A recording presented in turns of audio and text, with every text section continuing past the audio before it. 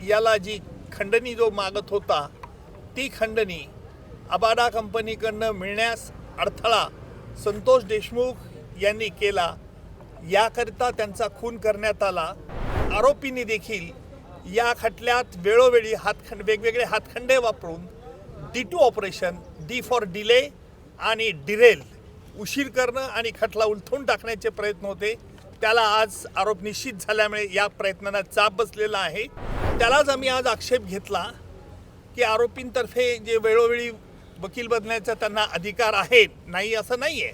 न्यायालयाने वाल्मिक कराड व त्यांच्या गँगच्या विरुद्ध आज आरोप निश्चित केलेले आहेत। दिनांक 9 डिसेंबर 2024 रोजी संतोष देशमुख यांचा कट करून संगनमताने आरोपींनी खून केला आणि त्याचप्रमाणे यातील काही पुरावा नष्ट करण्याचा प्रयत्न केला।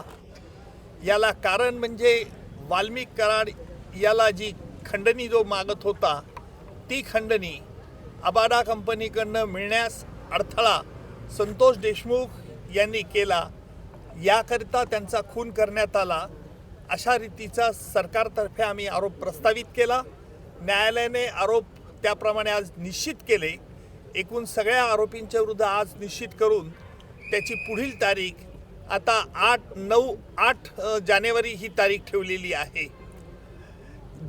आजही आरोपींतर्फे पुन्हा हे आरोपी निश्चितची सुनावणी लांबणीवर टाकण्याचा प्रयत्न झाला।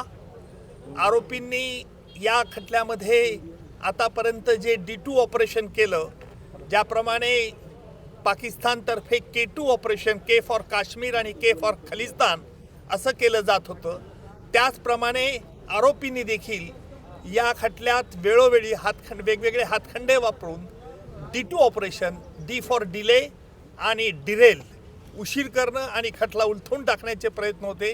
त्याला आज आरोप निश्चित झाल्यामुळे या प्रयत्नांना चाप बसलेला आहे आणि यापुढचं सुनावणी, यापुढे जी 9 तारखेला सुनावणी आहे त्यामध्ये सरकारतर्फे कागदपत्र ज्यांच्यावरती प्रॉसिक्युशन भिस्त ठेवत आहे ती कागदपत्र आरोपीला मान्य आहेत किंवा अमान्य आहे याच्याकरता विचारलं जाईल। त्याच्यानंतर साक्षीदारांची यादी दिली जाईल आणि प्रत्यक्ष पुराव्याचं काम लवकरच सुरू होईल। आरोपींच्या वतीने वारंवार वकील बदलले जात होते, त्याबद्दल देखील आज कोर्टाने नाराजी व्यक्त केली, काय नेमकं? त्यालाच आम्ही आज आक्षेप घेतला की आरोपींतर्फे जे वेळोवेळी वकील बदलण्याचा त्यांना अधिकार आहे, नाही असं नाही आहे, परंतु वेगवेगळ्या 30 कारणं ही पुन्हा पुन्हा न्यायालयापुढे मांडण्यात येत होती। म्हणून आम्ही न्यायालयाला विनंती केली की न्यायालयाने यापूर्वी देखील त्यांच्या म्हणण्यावरती त्यांचं म्हणणं ऐकलेलं आहे, त्यामुळे न्यायालयाने यावरती निश्चित प्रकारचा आदेश द्यावा। त्याप्रमाणे निश्चितपणे आज न्यायालयाने प्रत्येक आरोपीला विचारलं, तुमच्या विरुद्ध हे आरोप ठेवण्यात आलेले आहेत, सगळे आरोप तुरुंगातच होते, आरोपींनी आरोप मान्य नाही असं सांगितलं आहे आणि न्यायालयाने त्याकरता ते रेकॉर्ड जेलमध्ये पाठवण्यात येईल आणि जेलमधून त्यांची स्वाक्षरी झाल्यानंतर पुन्हा खटल्याच्या कामाकरता सुरुवात होईल। मात्र संपूर्ण प्रकरण फास्ट ट्रॅकवरती घेतलं जाईल, फास्ट ट्रॅकवरती चालेल? आता आपण बघितलं असेल की आज आरोप निश्चित करण्याकरता किती महिने वेळ लागला। न्यायालयाला वेळ द्यावा लागतो, कारण वेगवेगळ्या कायदेशीर बाबी हरकती घेऊन हा खटल्याबद्दल आरोपी लांबवण्याचा प्रयत्न करतात हे स्पष्ट होत होतं, परंतु कायद्यामुळे त्यांना संधी द्यावी लागते आणि म्हणून फास्ट ट्रॅक कोर्ट असो का स्लो ट्रॅक कोर्ट असो, परंतु खटला लवकरात लवकर चालवण्याचा प्रयत्न सरकारतर्फे होईल।